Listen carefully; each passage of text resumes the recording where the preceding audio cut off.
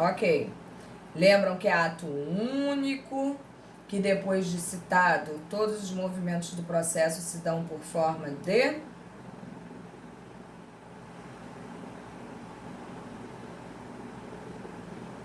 Peguei vocês?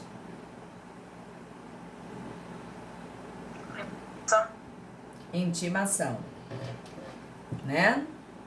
A intimação são vários atos, né, do decorrer do processo, quando há necessidade de cumprimento de alguma situação, como provas ou juntada de documentos, né, ou apreciação da perícia, qualquer coisa nesse sentido. E a citação não, a citação é um ato e se considera válido a partir do momento do recebimento da própria pessoa, né, ou de qualquer pessoa que possa ter acesso a ela, como, por exemplo, mãe, esposa, filho, entre outros fatores, né? Vamos lá. Vale acrescentar que nos juizados especiais a formalidade é menor. A Lei 9.099 não arrola, dentre os requisitos da inicial, a necessidade de requerimento de citação, tá? Então fiquem ligados nisso. Eu praticamente já meto isso em tudo quanto é situação mesmo. Aliás, eu acho que vocês, não sei se vocês estão acompanhando, a forma, existe agora uma forma de audiência, né, pela Lei 9.099, saiu agora isso? Saiu hoje. Né, onde poderá ocorrer a videoconferência, né, para solucionar casos de juizado especial. Acho que vai ser uma loucura, né? Porque para dar aula já é uma complicação.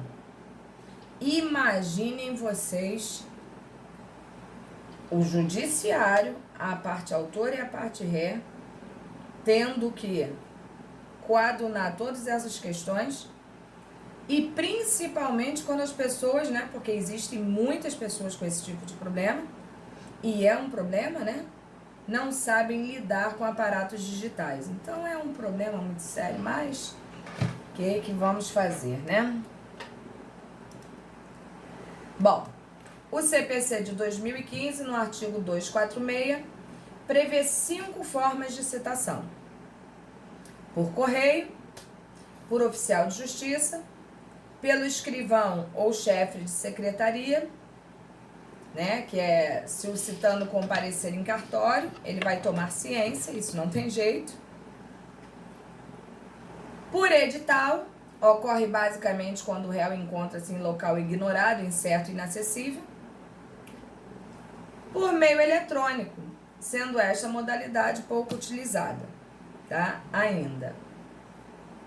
A citação por correio é a regra, mas sendo permitida somente em alguns casos específicos e expressamente previstos no 247. Exemplo, as causas em que for demandado um incapaz. Se é incapaz, já vimos ali, não sendo permitida somente em alguns casos específicos expressamente previstos no 247. E um desses exemplos é quando tratar-se de incapaz, tá? Então a gente já fica ligado. São situações simples, né?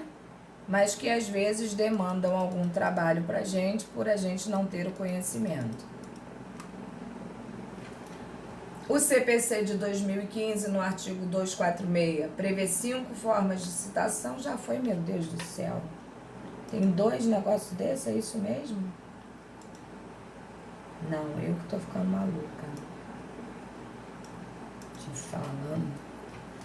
Em tais hipóteses, é vedada a citação postal, porque o legislador busca maior segurança, preferindo a realização da citação por servidor do judiciário. O autor também pode querer outra forma de citação que não a postal. Neste caso, porém, deverá requerer justificadamente que ela seja realizada de outra forma. Aí vocês vão lá no 247, deem uma olhadinha porque vale a pena. Da resposta do réu. Entramos aí então na questão, inicialmente falando, da nossa contestação. Resposta do réu nada mais é do que uma contestação. Vocês estão ligados ou vocês estão dormindo? Segunda-feira é terrível, né? Segunda-feira é terrível. NPJ, então. Ligadão, professor. Ligadaço. Ligadão? Mais tarde eu também vou estar ligadaça. Vou tomar um vinho. Eu também quero estar ligadaça. Eu já tô tomando, né? Mas você é um felizardo. Eu sou uma mulher que a essa hora eu tô trabalhando. Tem que trabalhar. Entendeu? Tem que trabalhar. Como é que eu vou beber vinho perto dos meus alunos me olhando assim? Professor. Daqui a pouco pode. Vocês podem, né? A gente não pode, não. Mas... Faz igual a live do sertanejo, bota na caneca de água. É uma, Edinho, é uma. Bom, vamos lá.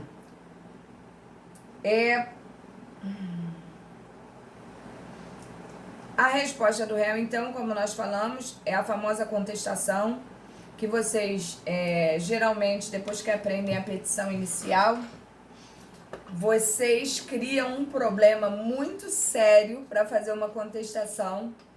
Parece que bloqueiam. Eu não sei porquê até hoje, acho que eu vou até fazer um estudo sobre isso, entendeu? Do porquê o aluno cria um bloqueio para a posterior contestação. É verdade, Sara, é verdade. Então, provavelmente hoje nós estaremos fazendo nossa penúltima ou última, não sei, petição inicial, né? E depois partiremos para a fase de contestação. Então aproveitem bem, né? Tirem todo o suco que vocês acharem que tem que tirar, porque depois vocês vão reaprender o que vocês já sabem, entendeu? E ainda vão falar para mim, professora, é muito mais difícil, quando na verdade não tem nada de mais difícil. Mas vamos lá. Da resposta do réu. Por força das garantias do contraditório e da ampla defesa, não é possível que o juiz decida o caso posto em juízo somente considerando as alegações formuladas pelo autor na petição inicial. Também a parte contrária deve ter a chance de ser ouvida. Ora, graças a Deus, né? Já pensou se fosse assim? Eu chego, entro com uma petição inicial, alego tudo que eu quero para o juiz acha bacanão e já sentencia sem mesmo ouvir a outra parte. Isso não seria nada justo. Então, da mesma forma que eu tenho a petição inicial para tentar garantir o meu direito, a parte contrária, que é a parte ré, também vai ter o papel dela dentro do processo. Tá? E esse papel se inicia a partir da contestação, que nada mais é... Oh, Jesus! Que nada mais é do que responder, né, aquilo que ele está sendo acusado, de forma a criar ali a sua própria defesa. Então, fiquem espertos com isso. É o momento em que a outra parte tem para se defender. Portanto, não percam essa oportunidade. O novo código traz uma boa simplificação para o sistema processual no tocante às respostas do réu. Diversas peças eram necessárias conforme o tipo de defesa processual, vinculadas... É isso? É, né? Tá. Tipo de defesa processual veicular. Tá. Agora, basicamente, tudo constará na própria contestação em diversos tópicos. Como exemplo disso que eu acabei de falar para vocês ali, vamos supor que eu, com o meu carro, dentro de um estacionamento de shopping, venha a atropelar um cara de moto, né? Porque ele estava digitando no celular e não viu a aproximação do meu carro.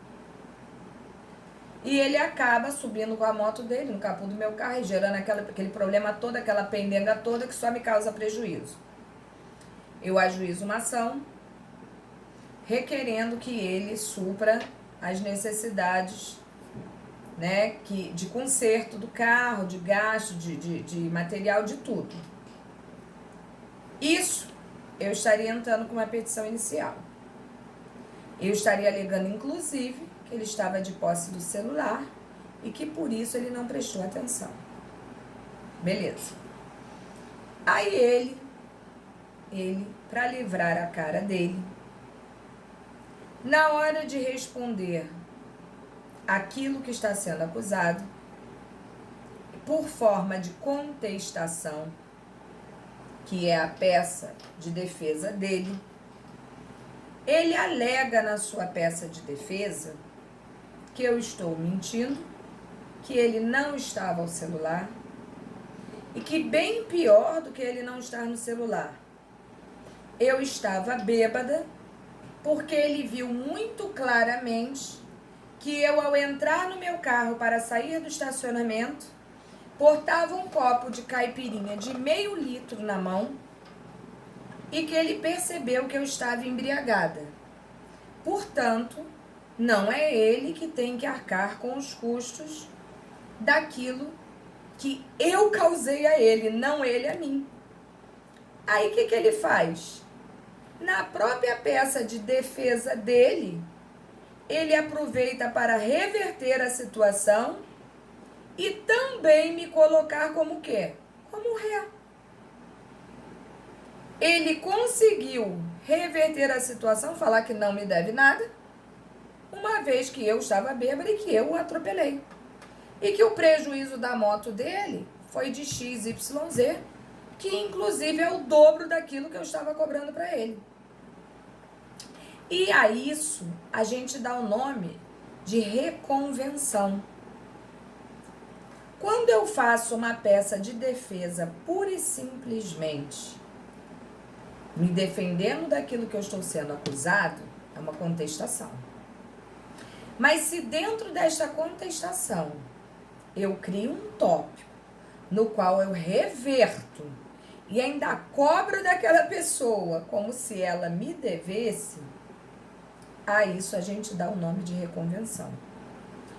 E há algum tempo atrás, para a gente poder atuar dessa maneira, a gente era obrigado a fazer uma peça contestatória, que é a contestação, e se eu quisesse reverter a situação, eu tinha que fazer outra peça, que era a reconvenção. Hoje não. Hoje a lei já nos permite fazer tudo só dentro de um contexto, peticionando na mesma situação, as mesmas condições, na mesma peça processual. Coisa que não era permitida há tempos atrás. Então, tornou a coisa muito mais célere, né? Houve um aproveitamento muito maior e, obviamente, a resposta também, uma não ficaria na dependência da outra, porque está tudo dentro de um contexto apenas. Deu para entender mais ou menos essa situação? Ficou clara para vocês ou não?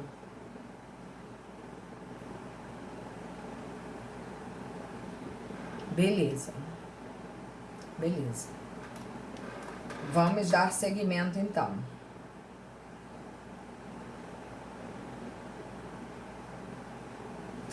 Bom, o que fica mantido fora da contestação é a alegação de impedimento de suspeição do magistrado, tá?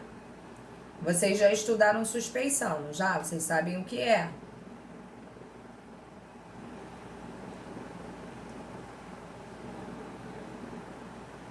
Não? Quando o magistrado, por exemplo, se alega tanto suspeito quanto impedido de agir em certa demanda, né? Uma vez que ele, por acaso, é o primo do demandado, é o marido da demandada, entendeu? Então, ele tem que se justificar desta forma. E caso isso também não ocorra por parte do magistrado, porque em relação a esta situação de suspeição, o certo seria ele se declarar suspeito, tá? A verdade é essa, ele. Mas, na falta de uma manifestação dele, A lei é até um pouco omissa em relação a isso, né?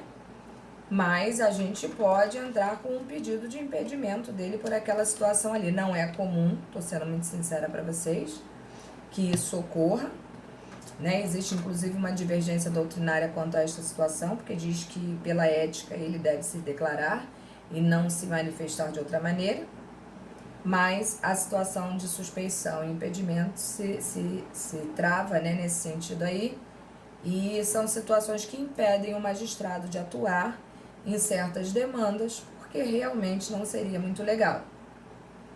Inclusive, nós temos uma situação de um juiz na zona oeste do Rio, né, que saiu de Campo Grande para Bangu, tudo que é bom vem para Bangu, né, porque é muito interessante se fazia que todas as causas que existiam, das quais a própria juíza era autora, ela mesma sentenciava, entendeu?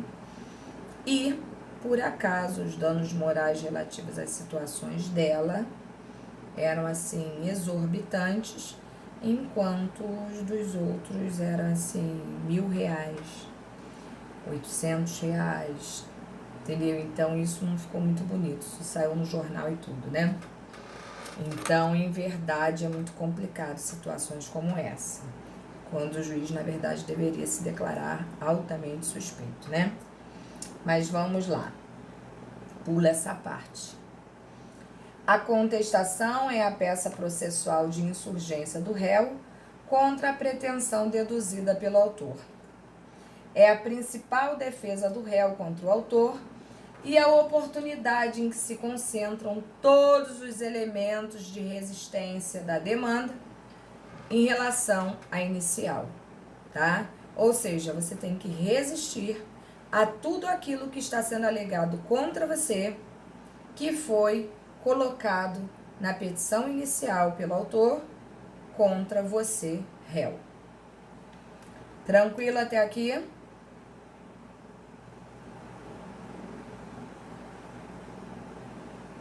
Vou entender que sim. Valeu. Considerações prévias. Citado, o réu... Covid. Citado, o réu pode apresentar contestação. Pode e deve, né? Eu acho que inclusive deve.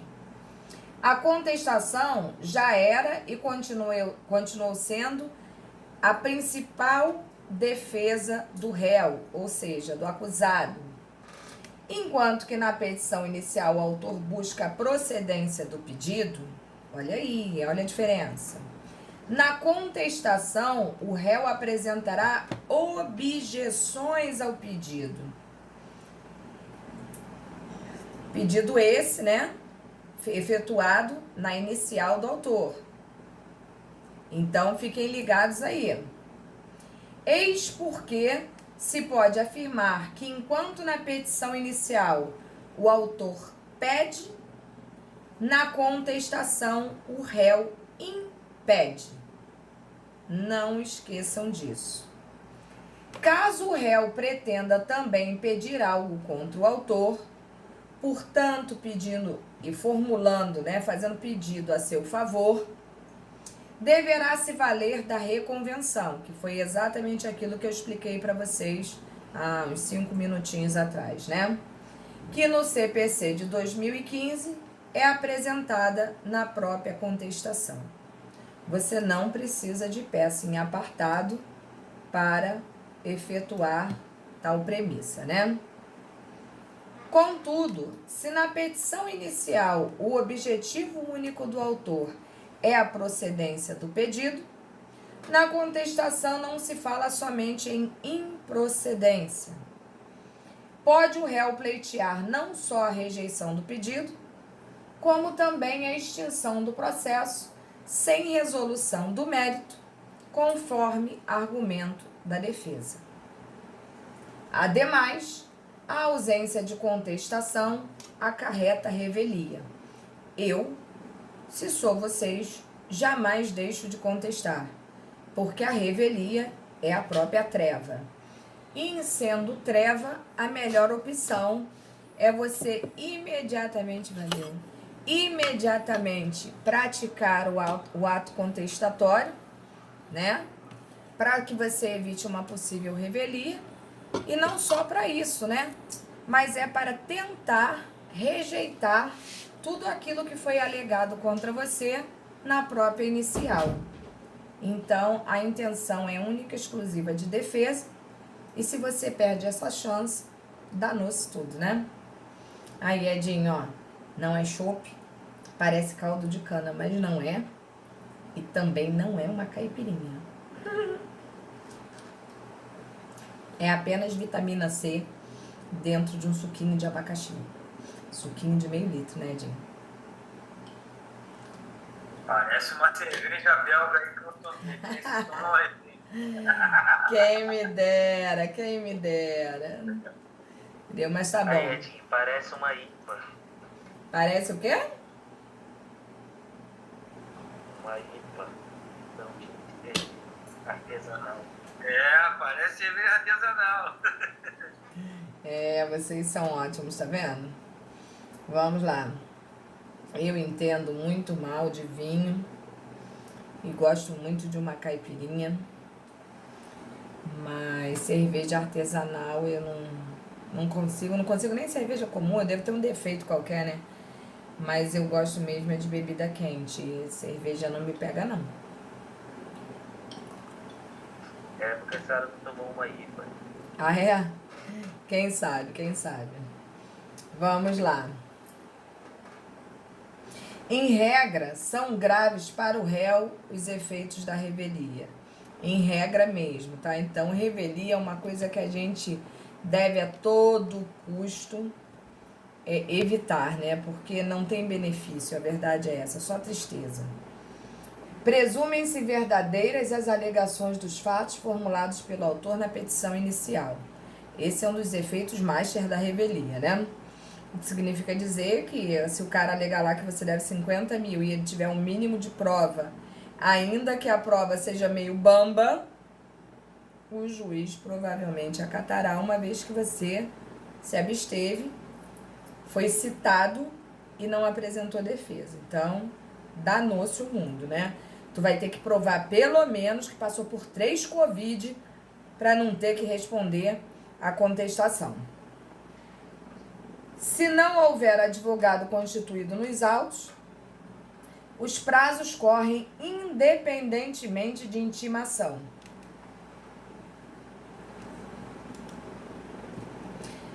E que haja a publicação em diário oficial, né? Bastando apenas que haja a publicação em diário oficial. Então, quem não lê diário oficial, começa a ler aí a partir de amanhã, hein?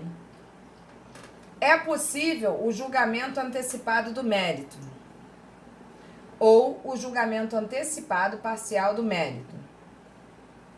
Portanto, a gente tem que tomar todo cuidado com a revelia, uma vez que traz sequelas seríssimas. Acho que essa é a parte processual que até os leigos sabem, né? Que sabe que quando não tem resposta, a coisa, já até falando, vai correr a revelia. E aí, a gente já sabe que revelia é mais ou menos um abandono, não é isso? Bom, o prazo para contestar será de 15 dias úteis. E aí, a gente já viu como funciona uma contestação em sua simplicidade, né? É até assim, seguindo os trâmites da petição inicial, a questão do endereçamento, da qualificação, tomando cuidado que a partir do momento que você é citado e já existe processo, você tem que, em toda contestação que você fizer, não esquecer que entre o endereçamento e a qualificação existe um número processual que tem que constar ali, naquele meinho no cantinho da folha. Requisitos formais da contestação. Além da apresentação dos argumentos de defesa, deve ainda a contestação observar alguns aspectos formais. por força da garantia de isonomia entre os litigantes. Pode-se traçar, pode-se aí tá errado, tá, gente? Pode-se traçar um paralelo entre a petição inicial e a contestação. Assim, os requisitos desta defesa podem ser obtidos a partir da conjunção do artigo 336 com os incisos do artigo 319 do CPC. Então, observem que o artigo 319 continua sendo importante para a gente. Fato é, que é uma dica que eu sempre dou para os alunos, eu, quando tenho que efetuar uma contestação, eu pego a petição inicial, que geralmente a gente recebe quando o processo é físico, a gente recebe por meio de uma contrafé. E quando o processo é online, basta que a gente vá lá pegar e vai tirar uma cópia e imprimir. Ou, para quem consegue acompanhar na tela do computador, também fique à vontade. Eu não consigo, eu tenho uma dificuldade master em olho para cá, olho para ali, e não. Eu gosto das coisas aqui um do lado do outro e eu vou digitando lá o que eu quero. E eu costumo dizer assim, eu leio a petição inicial e vou atacando, ponto a ponto, aquilo que está sendo alegado contra mim. Se eu estiver fazendo uma contestação, é isso que eu tenho que fazer. Por quê? Porque se eu não fizer isso, eu vou acabar deixando passar situações que posteriormente eu não poderei mais me defender. Então, a melhor possibilidade que existe é você ir lendo aqui e fazendo aqui, lendo aqui e fazendo aqui. Por quê? Porque você vai estar atacando ponto a ponto daquilo que está sendo alegado contra você, tá? Aí vem endereçamento e indicação do número do processo, que eu acabei de falar para vocês. Nome das partes, né? Que é a qualificação. Requerimento de provas. E conclusão. Prestem atenção aqui nessa quesitação aqui que eu tô falando para vocês, ó. Vocês vão ter que ir no 336 e vocês vão ter que ir no 319. E lá vocês vão ler quais são os requisitos impostos para você formar uma contestação. Só assim vocês vão fazer um bom trabalho. Nome das partes, isso é importante em qualquer situação, até para saber contra quem você está demandando. E na contestação também você tem o direito de retificar, de repente, alguma coisa no seu nome, né? Que estava errado na petição inicial. E é o momento que você também tem para corrigir. O requerimento de provas, né? Que deve estar na parte final. E a conclusão. Observem que eu estou falando conclusão.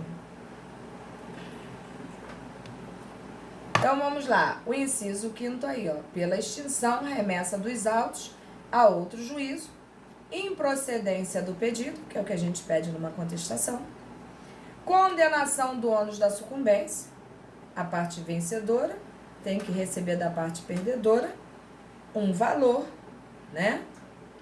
E de quem são, a quem é dado esse ônus da sucumbência?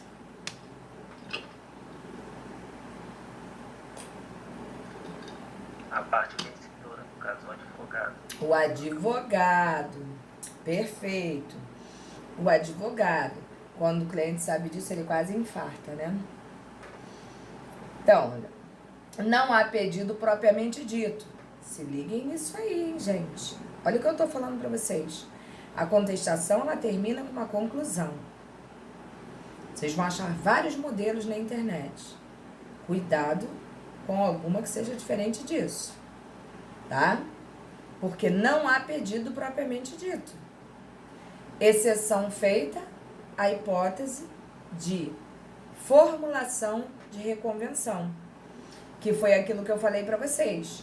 Quando na mesma peça processual de contestação, você vai reconvir e aí você vai inverter a questão daquilo que está sendo pedido na sua petição, na petição inicial da outra parte. E aí sim, se você fizer um tópico da reconvenção, aí sim caberá pedido, porque afinal de contas, você vai estar não só distorcendo o que a outra parte falou, mas também interpondo o pedido. Até aqui tudo tranquilo? Que aí, na verdade, professora, no caso, não seria mais a contestação, seria a reconvenção, por isso. É uma contestação com reconvenção. O que significa dizer que você vai colocar lá o nome da ação. Qual seria o nome da ação? Contestação, vem apresentar a este juízo a resposta, né? Em contestação / reconvenção. Entendeu, Edinho? Entendi. No caso, honorários sucumbenciais, professora. Pode, Bárbara, pode sim. Fala, Eduardo. No caso dos honorários sucumbenciais, é um tipo de pedido implícito. Na sua... um pedido intrínseco, né? Mas eu não gosto muito desse negócio de pedido intrínseco, não. Porque às vezes... às vezes passa reto, entendeu? Às vezes passa reto. Então eu gosto muito de colocar isso. Eu acho que a gente não pode acreditar muito nessa coisa, né? Que já é convencionado. Tenho problemas com isso. Tenho problemas. Mas, em verdade,